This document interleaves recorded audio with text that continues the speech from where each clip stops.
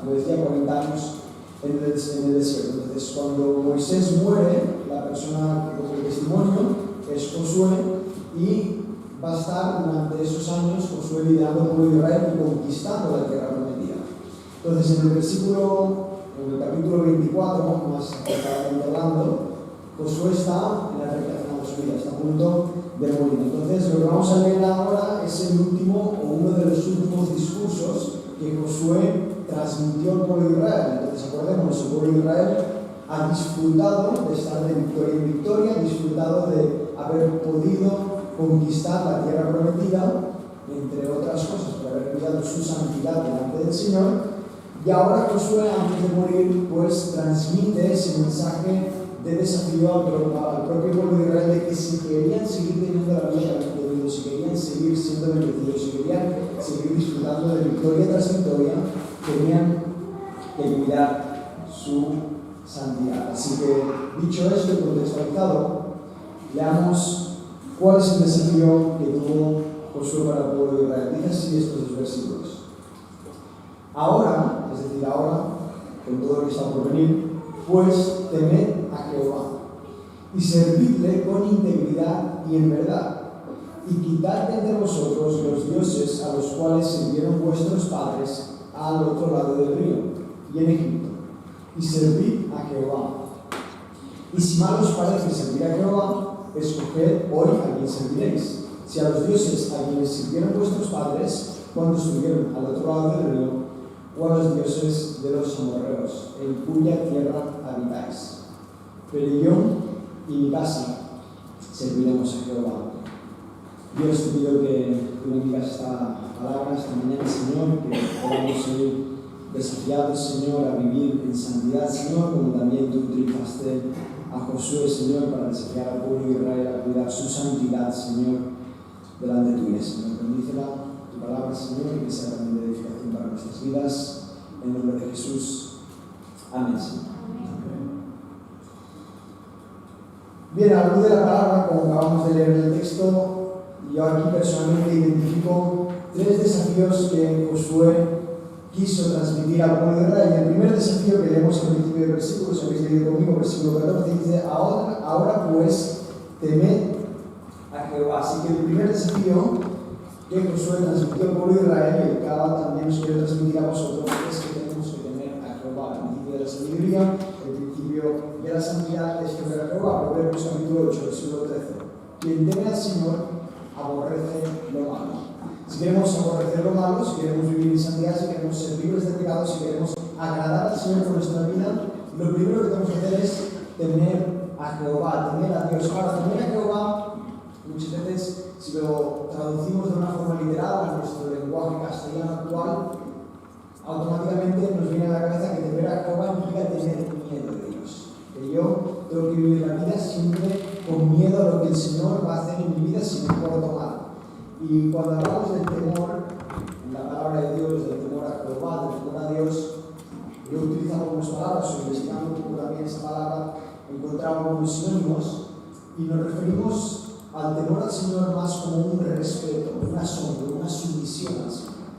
El temor a Jehová no tiene que ser necesariamente un miedo, sino es más una sumisión, un respeto, porque conozco el poder que tiene el Señor y conozco también la santidad del Señor. Y como conozco la santidad del Señor, entonces le tengo temor al Señor. Entender quién es el Señor, profundizar en el conocimiento de Dios y no solo conocer al Señor por muchas veces todas las cosas buenas que hablamos de Él y todas las cosas que Él nos ama, que nos quiere, todo eso. Entender también el poder del Señor, la santidad del Señor, la ira del Señor, la justicia del Señor, nos provocará un temor de querer vivir una vida santa. Si por lo contrario, yo desafiendo la santidad del Señor, si por lo contrario, yo no conozco plenamente, si yo no quiero conocer plenamente quién es el Señor, cuál es el poder del Señor, cuál es la justicia del Señor, cuál es la vida del Señor, si yo no quiero indagar y profundizar en esos atributos del Señor, entonces, ¿para qué voy a vivir en santidad? ¿Para qué voy a querer vivir una vida para respetar a aquel que desconozco? si yo quiero respetar al Señor con mi vida, si yo quiero vivir una vida santa para honrar y glorificar al Señor, tendré que conocer quién es el Señor. Porque si desconozco todos esos atributos de Él, entonces yo no voy a tener una necesidad de vivir una vida santa. En otras palabras, ¿para qué hacer caso a los mandatos que el Señor ha dejado en su palabra si yo no tengo ningún respeto ni ningún temor al Señor? Ahora, el respeto al Señor no solo pasa por lo público, no solo pasa, en otras palabras, por la iglesia, porque a veces es fácil tenerle temor, amor, respeto al Señor dentro del templo, en una congregación donde nos juntamos con nuestros hermanos y en un ambiente correcto y santo y espiritual. Es fácil vivir en santidad ahí, es fácil honrar la gloria al Señor, es fácil intentar cuidar nuestras palabras, es fácil intentar cuidar nuestro testimonio, sino que tener al Señor tiene que ir un pasito más ahí, y es respetar a Dios, honrar al Señor, vivir en santidad en el secreto de mi vida. Vivir en santidad cuando nadie me ve, vivir en santidad cuando la persona que está a mi lado no es quizás mi hermano en la iglesia, sino que es un amigo del mundo que no me va a juzgar por todo lo mal que voy a hacer las cosas. Vivir en santidad es cuidar lo que miro, escucho y digo. Vivir en santidad va mucho más allá de lo que yo hago dentro del templo. Vivir en santidad es tener la capacidad de reconocer que el Señor me está viendo en cada momento, y porque sé que la propia presencia del Señor está en todo lugar, en todo momento, quiero vivir para agradarle a Él independientemente de donde me encuentre, independientemente de la gente que me rodea. Porque si yo me encuentro temiendo al Señor, dependiendo del contexto en el que me muevo, entonces yo no tengo temor a Dios. Entonces yo tengo temor al hombre. Si yo temo a Dios en la iglesia, y en la iglesia soy una persona, pero fuera de la iglesia y con gente que no honra al Señor, soy otra persona completamente distinta, entonces yo tengo temor al hombre. Tengo temor a lo que la gente va a pensar de mí cuando me siente en esta silla y me vean haciendo lo que hago fuera del templo. Entonces yo estoy teniendo temor a las personas que me están rodeando aquí. Pero cuando yo tengo temor a Dios y no temor al hombre, entonces me da igual si estoy en esta silla o estoy en la silla de los que deshonran al Señor porque aún no lo conocen. Y yo seguiré honrando al Señor. El temor a Dios me lleva a cuidar mi testimonio, sin necesidad de preocuparme quien me vea o me deje de ver. Y quiero ser un poco práctico, ¿no? En esta mañana quiero hacer algunas preguntas prácticas que quizás nos van a ayudar a ser desafiados a tener ese temor al Señor cuando me encuentre en depende de qué circunstancias. Y son preguntas que habremos oído una barbaridad de veces, pero no porque las oigamos 1000 veces implica que sean malas preguntas. Creo que las que voy a hacer ahora, que muchos conoceremos, son preguntas buenas, que son buenas que nos hagamos, que son buenas que retomamos en la mente. Y una de las preguntas buenas que creo que sería interesante hacernos continuamente es preguntarnos qué haría Jesús si Él estuviera en una situación en la que estamos.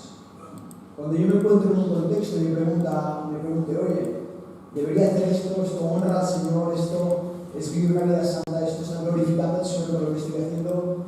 Primera pregunta simple que podría hacer, ¿qué haría Jesús en esa situación? Otra pregunta que quizás habremos oído muchas veces, ¿no?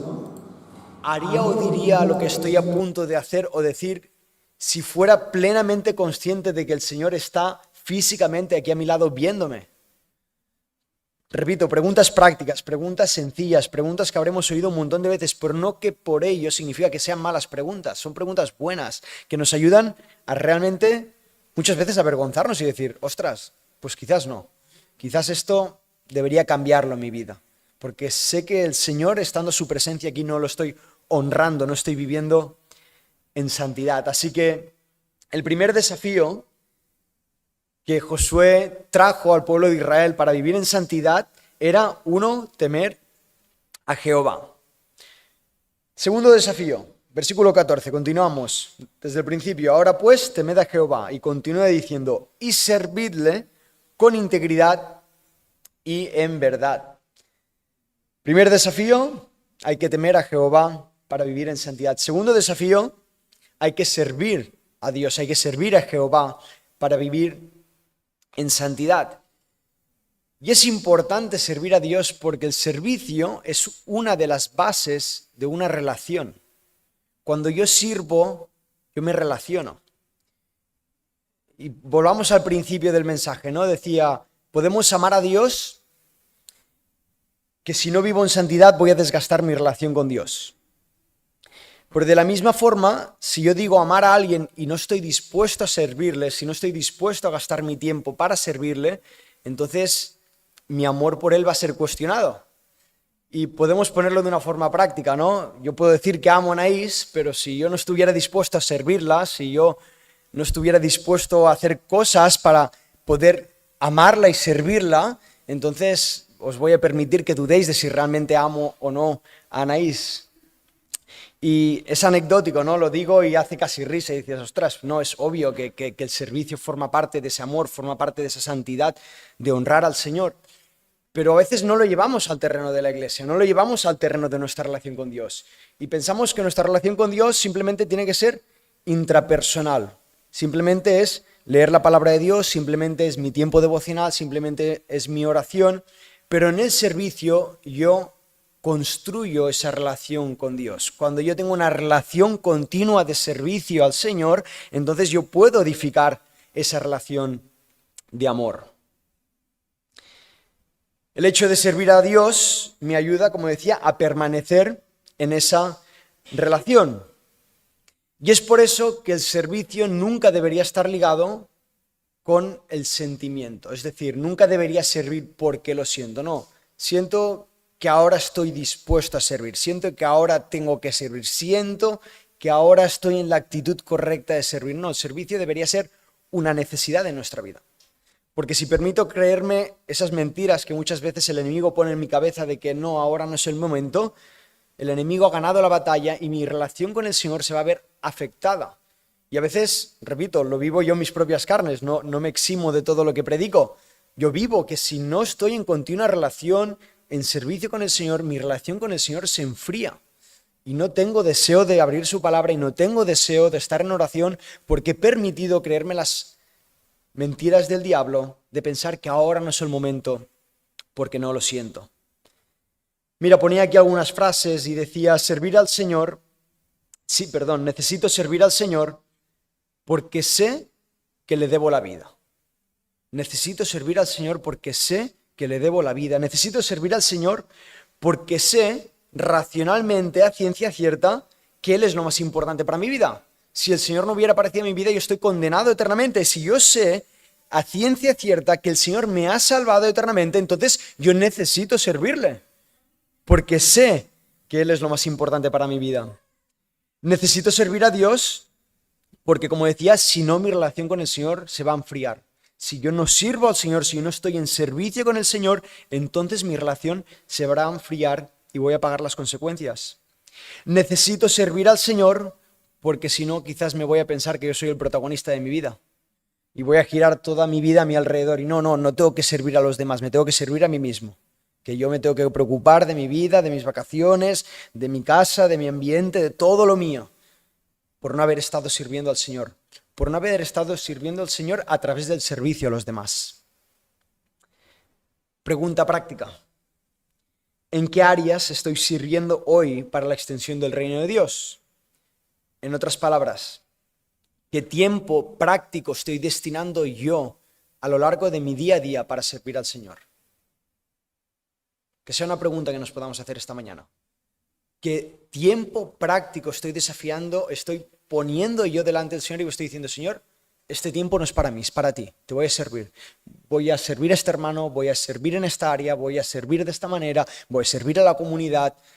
¿Cómo estoy sirviendo a efectos prácticos diariamente al Señor?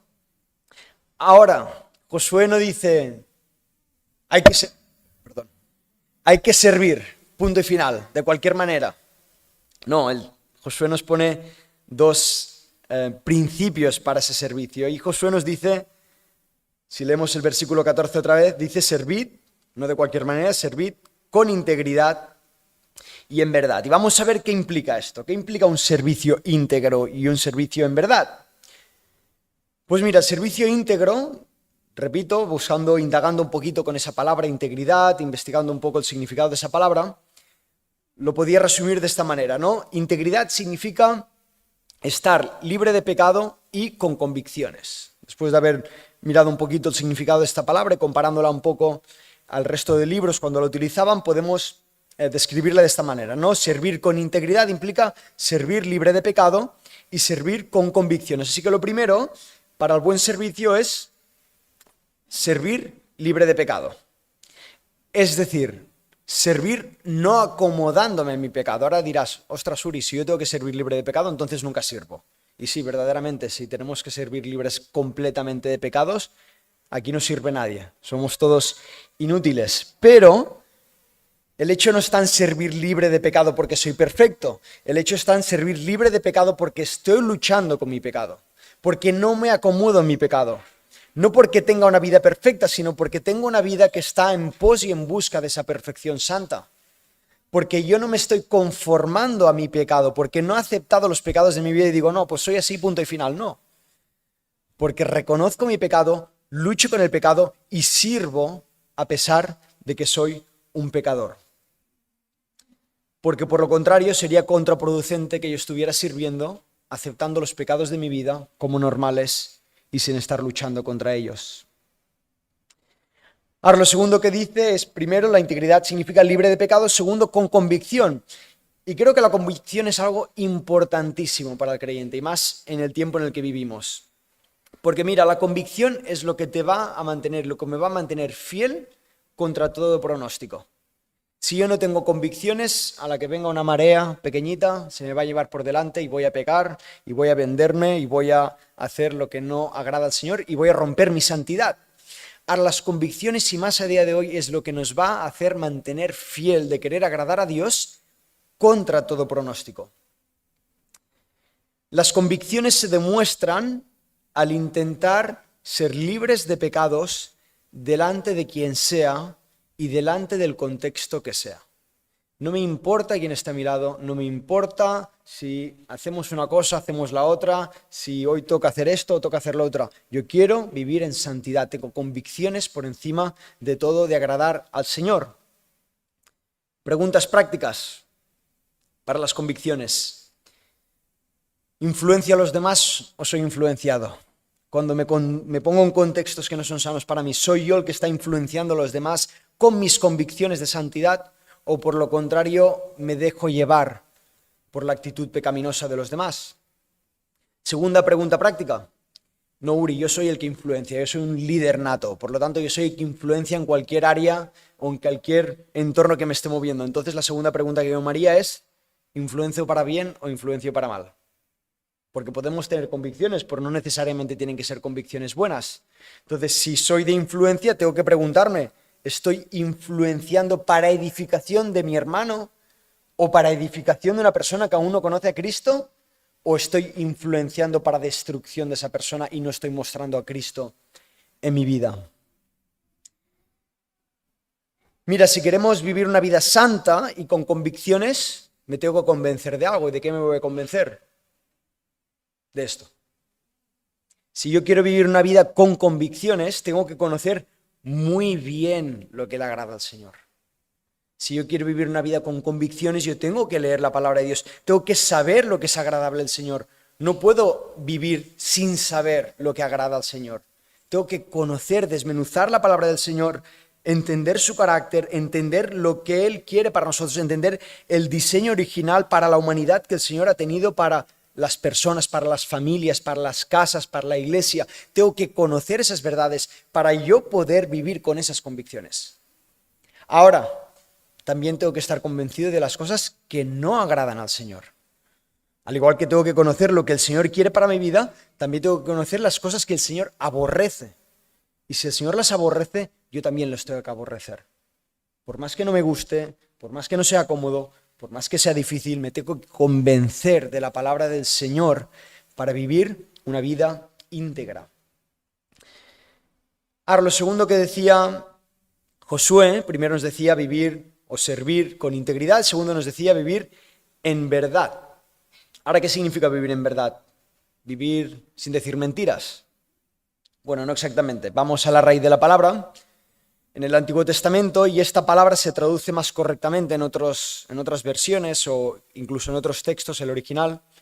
La palabra en verdad se traduce como en fe, en creer, en confianza. Entonces, si tuviéramos que hacer una traducción más correcta de esta palabra, sería vivir o servir en integridad y en fe. Esta sería una palabra más correcta para definir lo que decía aquí Josué. Entonces, el segundo punto para el servicio es servir con fe.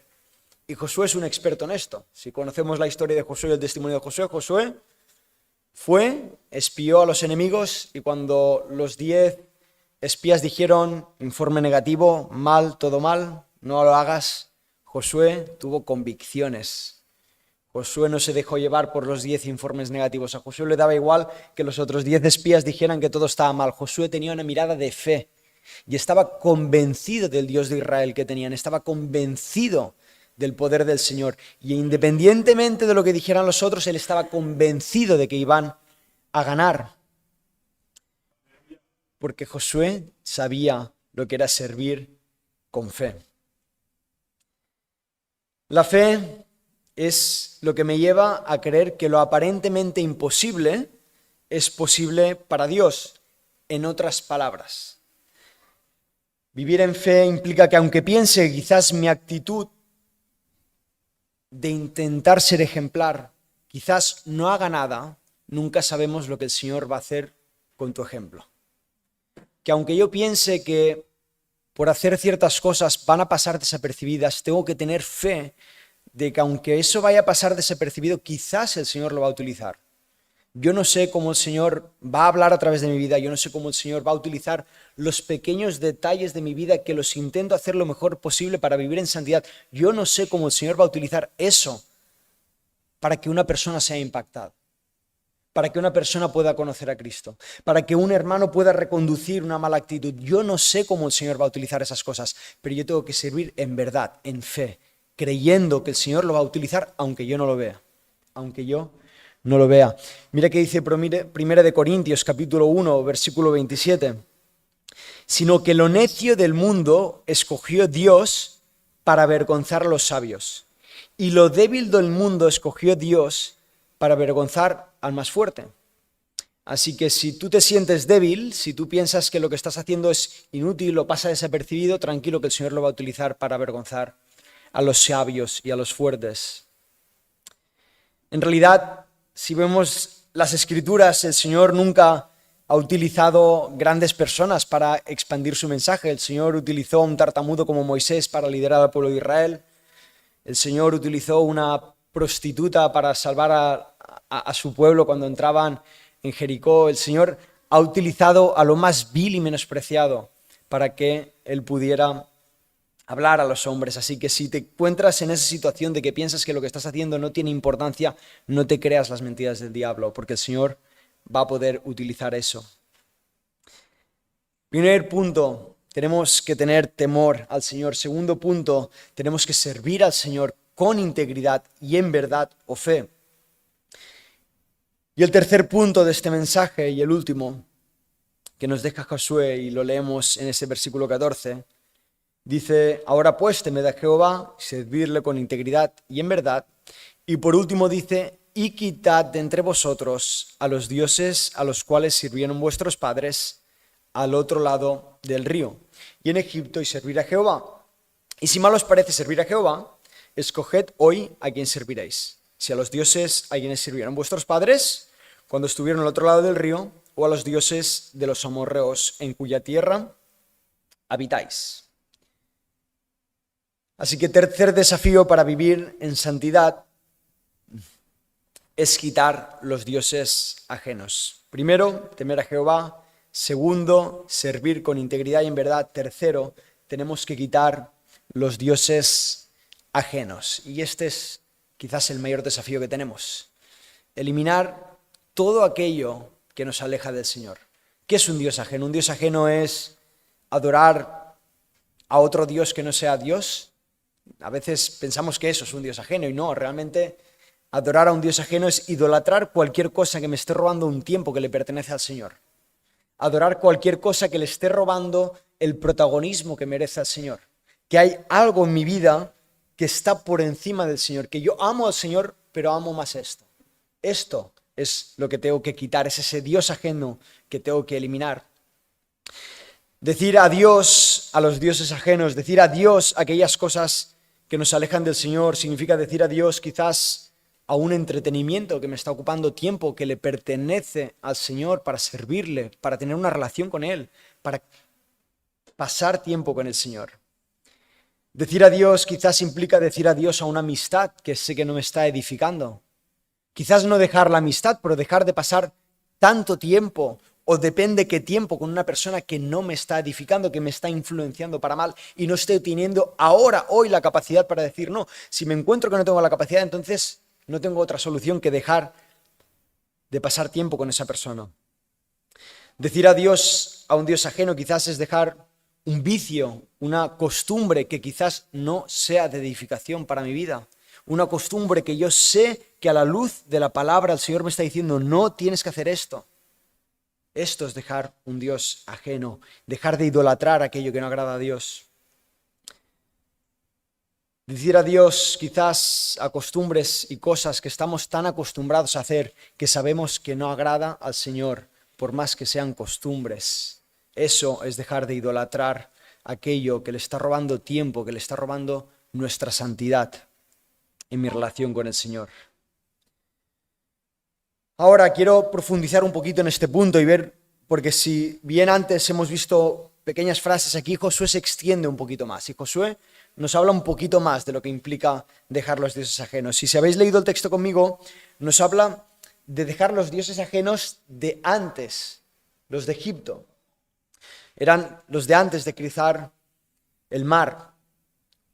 Y es interesante que haga esa referencia porque quizás esto es lo espléndido de esa palabra, ¿no? Es lo espléndido de la palabra del Señor, que la palabra del Señor es tan perfecta que cuando vemos a Josué hablando del antes y el después, nos vemos a nosotros mismos hablando en el antes y el después de nuestra vida. Y dejar los dioses ajenos también implica dejar todo aquello que hacíamos antes de conocer a Cristo y que hoy, por la gracia del Señor, Él nos ha liberado y que tenemos que dejar si no es agradable al Señor. Pregunta práctica, entendiendo a la luz de este texto, entendiendo a la luz de lo que nos decía Josué de dejar los malos hábitos anteriores, en el caso del pueblo de Israel antes de Egipto y los dioses que ahora tenían después de haber conquistado la tierra prometida. Pregunta práctica para nosotros, ¿qué ha cambiado en mi vida, en mis hábitos antes y después de conocer a Cristo? ¿Qué puedo yo identificar que diga, gracias Señor, porque estas áreas de mi vida antes estaban mal y ahora están bien? ¿Qué hay en mi vida que ha cambiado? ¿Qué puedo identificar yo por nombre y apellido que pueda decir, esta actitud, esta costumbre, esta área de mi vida la hacía así, pero por la gracia del Señor he sido libre y ahora ya no la hago? La he transformado por la gracia del Señor. ¿Qué áreas en mi vida el Señor ha cambiado? Sería bueno que todos pudiéramos identificar áreas que el Señor ha cambiado en nuestra vida, que podamos estar agradecidos al Señor por lo que Él ha hecho en nuestra vida, por la obra santificadora que el Señor ha hecho por su sangre. Ahora, no solo ver lo que el Señor ha cambiado, sino ver lo que el Señor tiene que seguir cambiando en nuestras vidas. No acomodarnos a nuestro pecado pensando que ya el Señor ha hecho toda la obra en mí, sino preguntándonos qué áreas aún tengo que cambiar para seguir viviendo una vida santa. Pero como dijo Josué, si mal nos parece, si mal le parecía al pueblo de Israel servir a Jehová, entonces decidamos a quién servir.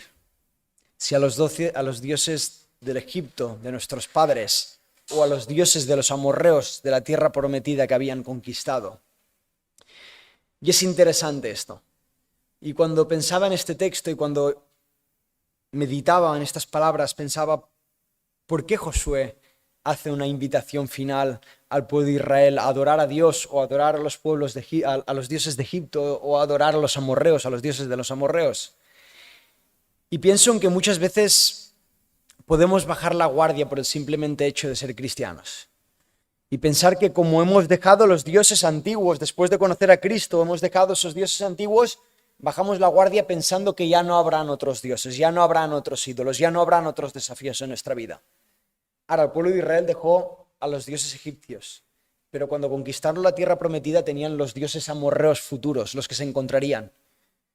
Haber conocido a Cristo no hace y no implica que yo no voy a tener ídolos futuros.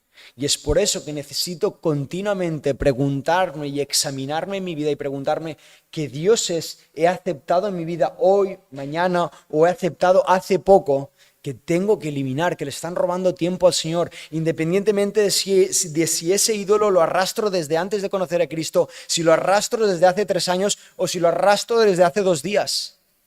¿Qué ídolo hay en mi vida que tengo que eliminar para adorar al Señor? Necesito indagar, mirarme diariamente para ver qué es lo que está robando tiempo al Señor. Así que concluyo con las palabras con las que terminaba Josué y lo leemos en la última parte de este versículo 15. Y es que después de haber exhortado a todo el pueblo de Israel, Josué termina con estas palabras en versículo 15. Pero yo y mi casa serviremos a Jehová. Este quizás es la forma más práctica de aplicar el mensaje de esta mañana. Josué no esperó a que nadie tomara la decisión por él. Josué no esperó a un campamento, Josué no esperó a sentirlo, Josué no esperó a que el de su lado lo hiciera primero, Josué no esperó a que su contexto cambiara, Josué no esperó a cambiar de casa, a cambiar de pueblo, a cambiar de ciudad, Josué no esperó a nada.